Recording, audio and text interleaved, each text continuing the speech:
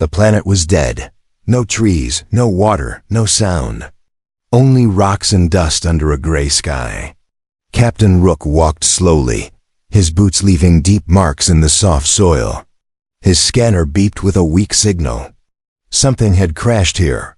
Rook was not a hero. He used to be a soldier, but now he was a scavenger. He searched old battlefields and broken ships, looking for anything to sell metal, tech, parts, or weapons. But today felt different. Cold wind touched his neck. He felt like someone or something was watching. He followed the signal to a small valley. Below the rocks, half covered in dirt, was a silver pod. It looked like a coffin from another world. Alien symbols glowed faintly on its side. It wasn't human-made. He climbed down and wiped off the dust. The pod was damaged, burned on one side. A small window was cracked. He looked inside and froze. Someone was in there, a girl, or something that looked like one. Her body was thin too. Thin, just skin and bones. Her skin was pale, almost gray. Her hair was white like snow, tangled and dirty. She wasn't moving. Rook broke the pod open. The air inside was cold and smelled like metal and smoke. He touched her wrist, no pulse. Her chest wasn't moving. Dead. Then suddenly her fingers twitched. Rook jumped back. He watched, heart racing, as her chest rose slowly, painfully. She was breathing, still alive. He looked around. No one else. No creatures, no ships. Just this one broken pod and this one strange girl. Rook made a quick decision. He couldn't leave her here. If someone found her, they'd sell her. Or worse. He lifted her in his arms. She was lighter than she looked, like a skeleton wrapped in soft skin. He didn't know if she was human, alien, or something in between. Back on his ship, Rook laid her on the med table. The scanners couldn't read her vitals. Unknown species, the screen blinked.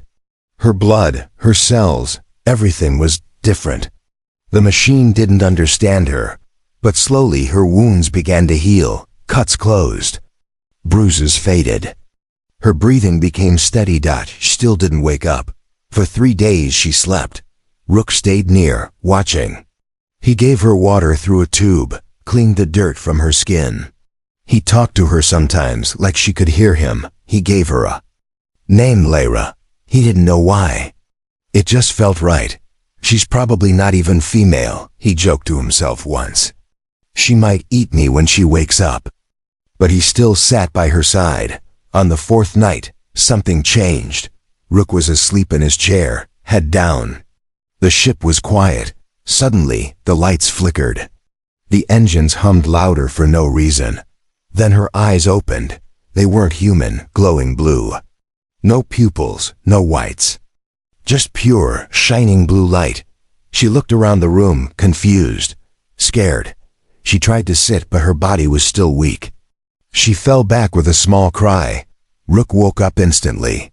His hand went to his sidearm, but he didn't draw it. He saw her. Awake, her strange eyes staring at him. "It's okay," he said softly. "You're safe." She didn't reply. Her lips moved slightly, but no words came. She didn't speak his language. She tried to sit again.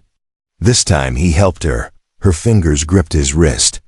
Even weak, her touch was ice cold. "Do you understand me?" he asked. She blinked slowly, then nodded just once. Rook felt a chill. She understood. Over the next few days, Lyra grew stronger. She still didn't talk, but she listened. She watched everything Rook did. How he ate, how he walked, how he worked. She mimicked him. She held tools. She touched the ship's controls, then pulled away like they shocked her. Rook saw something strange. Machines acted weird around her. Screens glitched, lights flickered. The ship's I once shut down for no reason while she was near. She wasn't just an alien. She was something else. One night, as Rook checked the engines, he felt her behind him. He turned. Lyra was standing there silent, watching him. Then she stepped closer, reached out, touched his temple with 2 fingers. In a flash, Rook saw something impossible. A memory, but not his. A world of glass towers and purple skies. Creatures. Of light flying in the air. Then fire, explosions, screams. War. Lyra pulled her hand back, her eyes glowing. A single tear rolled down her cheek. Rook stumbled, holding the wall. His head hurt. His heart pounded. What was that? He whispered. She looked at him. And finally spoke. Help me. Asterisk, the first strange thing happened when she smiled. It wasn't a normal smile. It was too perfect, too practiced. Like someone had watched hundreds of human smiles. And copied one. Her lips curved the right way, her eyes narrowed like they should, but it felt empty. Hollow. Captain Rook felt a cold wave run through him. She was awake. She could move. She could understand. But she wasn't like him. She wasn't human. She spent most of her time just watching. She sat near the control deck, silent, eyes following every light and button. She tilted her head when the AI spoke, like she was listening to a voice no one else could hear. She never asked questions. But she learned fast. Rook gave her simple tasks. Hand me this, press that. She did everything right, almost too right. Like her brain worked faster than the computer itself. Once, he dropped a tool. Before it hit the floor, she caught it. Rook blinked. She didn't even look at it. That night, Rook locked the cockpit and sat alone with his thoughts. A cup of recycled coffee steamed on the table. The stars outside the window blinked like quiet warnings. He replayed everything in his head, the crash site, the pod, her near-dead body, her blue glowing eyes, her mind touch. That tear on her cheek. She was more than an alien. More than a survivor. She was a secret, and maybe a danger. He looked down at his wrist, where she had touched him earlier.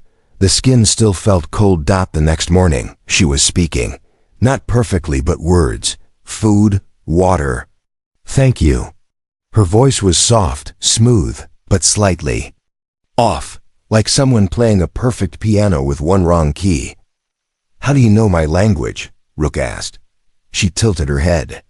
Memory, from you. What? She touched his forehead gently again. Rook pulled back fast. No more of that.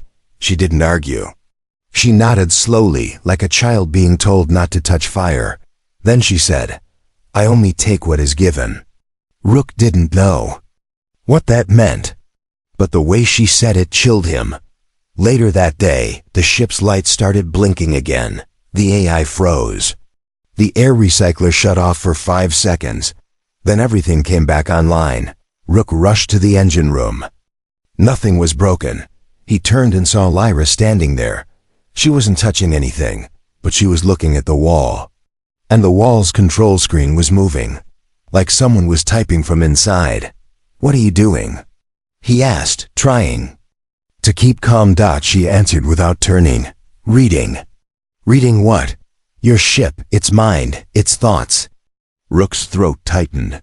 Ships don't have minds. She finally turned to him. Everything has thought. Even metal. Even machines, you just never listen. That night, the dreams came. Flashes of a different world. Silver cities in the sky. Floating ships without engines. Tall beings with eyes like stars. Then dash labs. White rooms, syringes, chains, screams. Lyra, younger, thinner, trapped in a glass room. People watching her, testing her. A symbol branded on her back, a spiral with a red center. Rook woke up gasping. He looked around. She wasn't in the room. He ran to the cockpit. She was there, sitting by the stars. When she saw him, she said softly, I did not mean to share the memory. You were in my head again, he snapped. She nodded slowly. Only dreams. I cannot control when the pain is strong. Rook stared at her, breathing hard. Who are you? I don't know, she said. What do you mean? I woke when you found me. Before that. Pieces, flashes, I remember fear, needles, fire. I remember running, then nothing. Rook sat beside her. Her voice dropped to a whisper. I was not born. I was made. Hours later, they sat in silence. He handed her a simple necklace, a medal tag from an old mission. It was nothing important. Just scrap. She took it like it was treasure. Why give this? She asked. Rook shrugged. Your crew now. Even if you're weird. She smiled again, this time. It felt real. But just as he stood to leave, she grabbed his hand. Her eyes turned dark. Something is coming, she whispered. They know. I'm alive. Rook froze. Who? She looked out the window. They will take me back. The message came in static. Just a whisper. A broken sound between the ship's radio hum. But it wasn't a regular signal. It was a name. Her name. Lyra. Rook froze mid-repair. The voice wasn't human. It echoed like it came from underwater, deep, distant, cold. He looked at the radio panel. No transmission logged. No source detected. But she had heard it too. From the other side of the ship. Lyra stood up, eyes wide. They found me. Earlier. That day, everything seemed normal. Well, normal for space. Rook was checking the fuel lines. Lyra was in the med bay, quietly learning how to use a tablet. She didn't need teaching anymore. She absorbed data like breathing air. Rook had even started to relax. She had stopped touching his mind. Stopped making lights flicker. Stopped creeping him out mostly. But that voice broke the calm. How can they find us? Rook asked. We're not on any route. This ship's dark. No signals going out. Lyra sat in the corner like a statue. Her face was still, but her eyes glowed brighter than ever. Too bright. They don't need light, she whispered. They follow memory, DNA, thought. They left pieces in me, trackers. Rook cursed under his breath. You mean they implanted something in you? She nodded slowly. I ran before they activated it. But now I'm awake. Now they can feel me. That night, the dream was worse. Rook saw a lab again, but now from the other side. He was strapped down. Not her. A tall, shadowy figure leaned over him, speaking in a voice made of metal and wind. You touched what is not yours. You bonded, you will burn. Rook gasped awake, drenched in sweat. Lyra stood by the bed. You saw them, she said softly. He nodded. They're not just scientists, she continued. They are collectors. They steal species. Mix them. Break them. I was their favorite. Rook looked at her, heart pounding. Why? She looked away. Because I worked. The ship's I went offline the next day. Just shut down. No errors. No alerts. 1 second it was talking. The next it was gone. Rook tried to reboot it. Nothing worked. Then the screen flickered. A symbol appeared. A red spiral inside. A triangle. The same one he saw in her dream. And then a message. Surrender the subject. You have 24 hours. Rook stared at the screen. They're here. No. Lyra said. Not yet, but close. He stood up. We need to run. We can't outrun them, she said quietly. But we can hide. For a little while, Rook's hands curled into fists. Why didn't you tell me this sooner? That you were being tracked? That they were coming? I thought I was safe, she said. With you. Outside the ship. Space looked the same. Cold, quiet, empty. But something had changed. The stars themselves seemed to flicker, like something invisible was sliding between them. A presence, not seen, but felt. Lyra was quiet the whole day. She sat near the engines, humming softly. Not music, something older. Something like code. Rook worked fast. Upgraded shields. Rerouted power. Cleared escape paths. But deep down, he knew this wasn't a fight he could win. They weren't being hunted by soldiers. They were being hunted by God's. And then it happened. Red light filled the cockpit. A ship decloaked just behind them. Massive, black, silent. It had no windows, no wings. Just a floating fortress in space. A voice entered the ship, not through radio. through their minds, surrender the subject, or be erased. Rook looked at Lyra. Do you trust me? She looked up slowly. Yes. Then, run. He activated the emergency jump drive. The ship shook violently. Alarms screamed. Systems blinked and died one by one. Lyra held onto the wall, eyes glowing with power. The alien ship began to charge. Something light crackled at its core. Rook slammed the final button. A blinding flash, and they were gone. Silence. Rook single quotes. Single. Sense. Ship floated in unknown space. No stars, no planets. Just black. Where are we? He asked. Lyra looked out the window. Somewhere safe. For now. Asterisk. She stood in the dark barefoot on the cold metal floor, staring at her. Reflection. It wasn't the face she remembered. Her skin was no longer pale and bruised. It shimmered faintly, like moonlight trapped under skin. Her hair, once thin and dead, now floated gently as if touched by invisible air. But it was her eyes that had changed most. No longer just glowing blue. Now, they burned with shifting color. Blue, gold, silver, shifting like galaxies. Lyra didn't blink. She didn't smile. She didn't move. She was afraid of herself. Rook watched from the hallway, silent. He had noticed it too. Her voice was smoother now. Her movements too perfect, too fluid. When she spoke, it felt like music wrapped in words. The ship's systems had stopped glitching. Because now they listened to her. She didn't touch the buttons anymore. The doors opened before she reached them. Screens flickered when she walked past. Machines obeyed her without commands. Lyra, Rook said softly, walking in. Are you feeling okay? She turned to face him. Her face was calm, but her eyes carried storms. I feel more, she whispered. More what? More everything. She reached out slowly and placed 2 fingers on his wrist. His pulse quickened. I can feel you, she said. Your heart, your thoughts, even your fear. He stepped back, gently pulling his hand away. Don't do that. Lyra looked down. I didn't mean to. It just happens now. That night, Rook sat at the control deck alone, reading logs. From the last few days, something didn't add up. She was healing faster than before, learning faster, changing faster. Too fast. She had been skin and bones when he found her.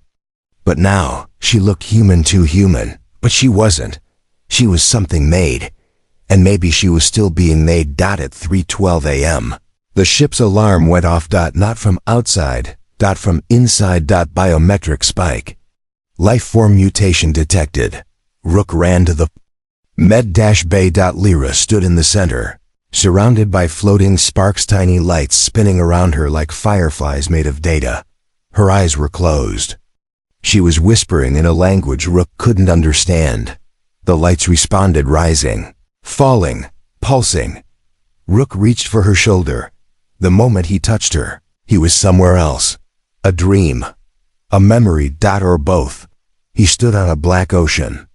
Under a violet sky, Lyra floated above the water, glowing like a star. Behind her, shadows moved, tall, twisted beings with hollow eyes. You were made to destroy, one of them said. No, Lyra replied. I choose what I become.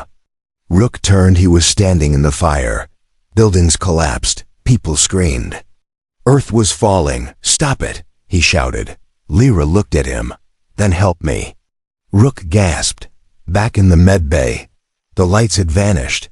Lyra stood quietly, her hands shaking. I'm sorry, she said. I didn't mean to show you. My mind is leaking. What's happening to you? He asked, voice trembling. I'm evolving, she said. They designed me to adapt, to seduce, to survive any species. But I broke their code. Now, I'm becoming something they didn't plan, something better, or something worse. Later, in the engine room, she found an old mirror. She stared again at her face, then she touched her lips. I understand now, she whispered. Understand? What? Rook asked, walking in. Why they fear me? Her voice was heavier now, older, like something ancient had started to wake inside her. She turned and smiled. This time, it wasn't hollow. It was beautiful, dangerously beautiful. That same night, Rook caught himself staring, the way she moved, the way she looked at him, the way his heartbeat sped up when she got close. She noticed. You're changing too, she said softly. Rook laughed nervously. I'm just tired. She stepped closer. No, it's me. I affect minds. That's what I was built for. She raised her hand, stopped just short of touching his face. But I won't use it on you, she whispered. Not unless you let me. Rook walked away. He needed air. He needed space. But deep down, he wanted to go back, somewhere far away in the blackness of space. Another signal blinked to life.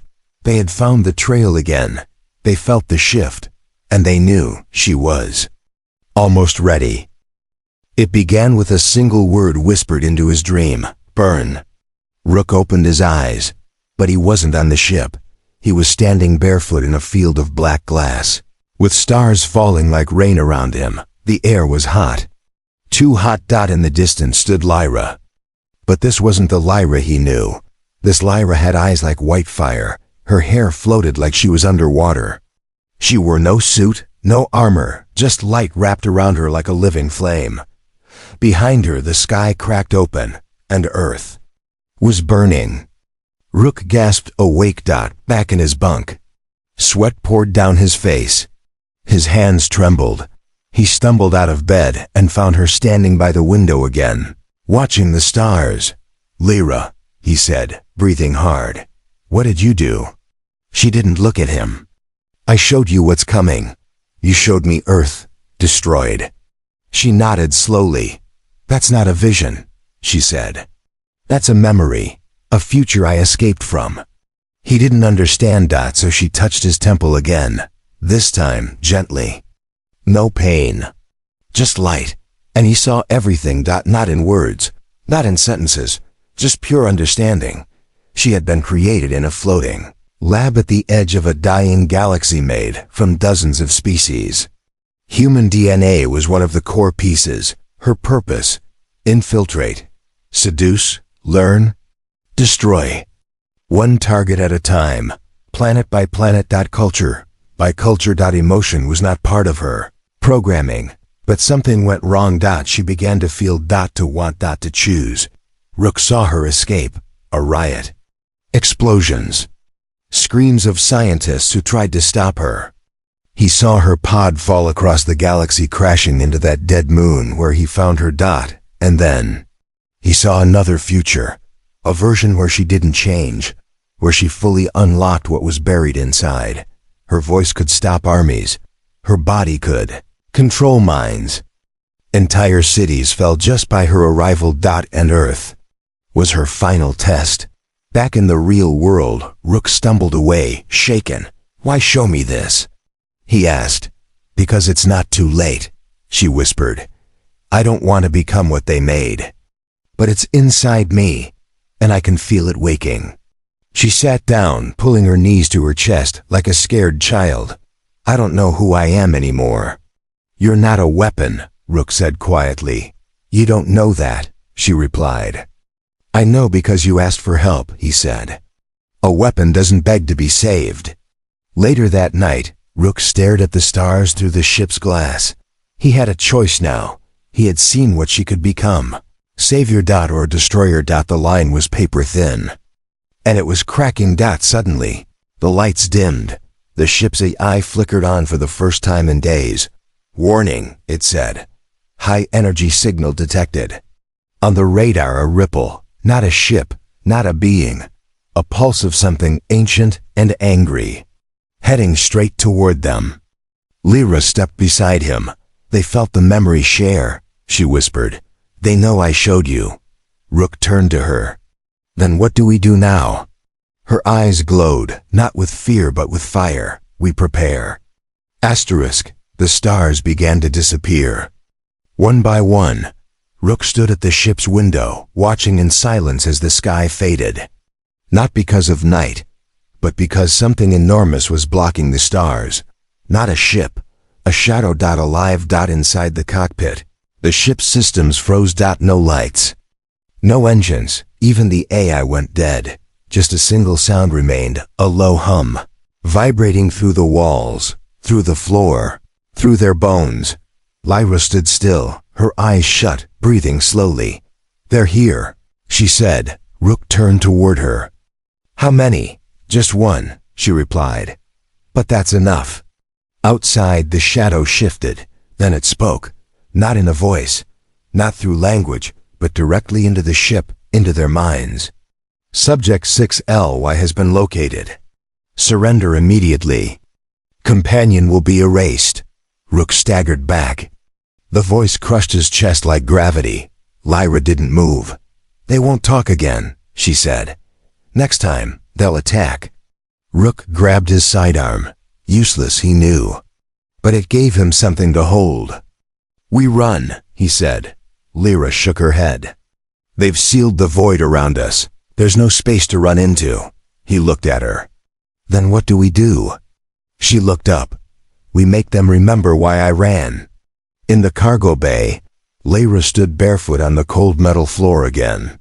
But now she wasn't shaking. Now she was ready. Her skin shimmered with pulses of light, data and memory moving beneath her surface. Rook watched as the walls of the ship began to shift around her, bend to her will. "You're controlling the ship now," he said quietly. "I'm part of it," she replied, "just like I was part of them." Suddenly, the ship jerked violently. The main hull trembled. Rook was thrown against the wall. A bright beam of crimson energy sliced past the ship, missing by inches. "They're firing," he said. "No," Lyra said. "They're warning." Another voice filled the room. Not cold, not mechanical. This time. It was familiar, a human voice. A voice from Rook's past. "Captain Rook, you are aiding a threat to galactic order. Stand down. Or die with her." His blood froze. "General Kine," he whispered. "He's alive?" Lyra looked at him. "You know him?" "I fought under him, years ago. He vanished." She nodded. "He didn't vanish. He joined them." The screen blinked. Kine's face appeared, older, paler, not fully human anymore. "Rook," he said, "this isn't personal. She is dangerous. She's not a girl. She's not your friend. She's a virus with legs." Rook stared back. "She saved my life. She made choices. That's more than most people I've met." Kine's face twisted. "Then you've chosen death." The screen went black. Lyra turned slowly to Rook. "They'll breach the hull in 60 seconds. What happens if they take you?" "They'll overwrite me. Turn me back into what I was. A weapon. Worse." Rook swallowed. "And what happens if I give you up?" She looked at him. And didn't answer. The ship shook again, this time harder. Explosions, sparks, the lights failed. The walls bent inward like they were about to collapse. Rook pulled a lever. Emergency shield engaged. But it wouldn't hold. Not for long. In the red flickering light, Lyra stepped forward. Her voice was calm. "I can fight them. But if I do, I won't be me anymore." "You mean?" "I'll have to become what they fear. What they made." Rook looked at her, heart pounding. "Then we find another way. There is no other way." A final alert echoed through the dark. "Hull breach in 15 seconds. Rook looked down at his blaster. Then up at her. "Whatever happens," he said, "I'm staying with you." She turned, and for the first time, she smiled, not out of control, not out of programming. Just warmth. "Then hold on," she said. Her body began to glow brighter, louder, faster, like a sun waking up. Outside, the enemy ship charged its weapon. Inside, Lyra whispered one final word, "Remember me." And then everything went white. He opened his eyes to silence. No alarms. No ship. No stars. Just white. Endless, glowing white. Captain Rook was floating. Not falling. Not flying. Just suspended. He looked down. No floor. He looked up. No ceiling. And then he heard it. Not a voice. A heartbeat. Steady. Deep. Too strong to be human. Then, a whisper inside his head. You lived. The white faded. He was on a surface now glass-like, reflecting the sky. But there was no sky. Only darkness lit by fragments of memory. He turned. She was standing there. Lyra. But not the Lyra he knew, not skin and bones. Not the scared girl from the crash. She stood tall, glowing softly, wrapped in threads of light and gravity.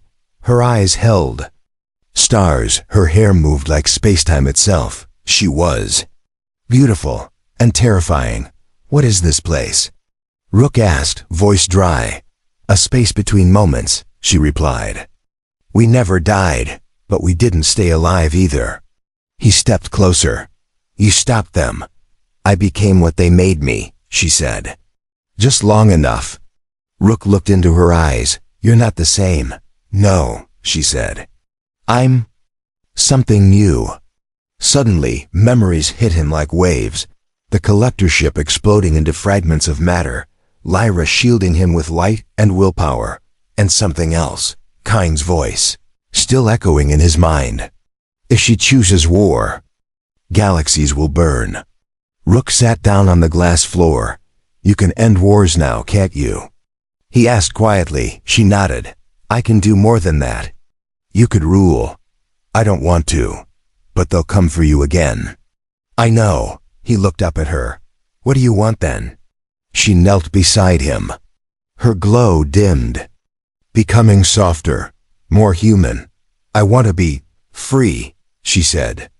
I want to be someone who was saved, not just used. A door of light appeared behind her. A way back. A choice. You can come with me, she said. We could start somewhere new, build something better, together. And if I say no?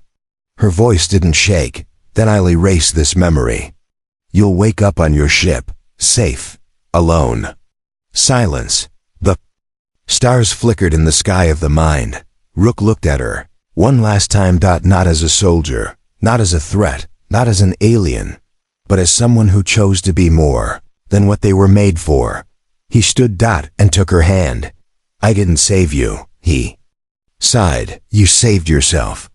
Lyra smiled, real and bright, and the light swallowed them both. Somewhere, deep in uncharted space, a new star blinked into existence. No one knew where it came from. No one knew what it meant. But across galaxies, old computers froze, old enemies paused. And somewhere, deep within the archives of the dead Collector Empire, one name remained, burned into data, protected by fire. Lyra.